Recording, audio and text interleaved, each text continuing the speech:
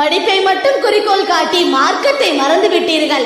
அதனால் அந்த பிள்ளை படித்த பின் பெற்றோரை மறந்து விடுகின்றன, நோவினை செய்கின்றனர். இதனால் அந்த பிள்ளைகள் மறுமை நாளில் நரகிற்கு செல்கின்றன. எப்படி என்பதை விளக்கும் வண்ணம் பின்வரும் சம்பவம் விளக்குகிறது, கேளும். பெருமானார் ஸல்லல்லாஹு அலைஹி வஸல்லம் அவர்களிடம் ஒருவர் வந்து, நாயகமே, என்னை பெற்றவர்களுக்கு நான் செய்ய வேண்டிய கடமை என்ன என்று கேட்டார். அதற்கு பெருமானார் ஸல்லல்லாஹு அலைஹி வஸல்லம் அவர்கள், உங்களை பெற்றவர்கள் இருவரும் உமக்கு சொர்க்கம் அல்லது நரகம் என்றார்கள். அதாவது நீர் பெற்றவர்களுக்கு பணிவிடை செய்தால் சொர்க்கம் புகலாம், அவர்களுக்கு நோவினை செய்தால் நரகம்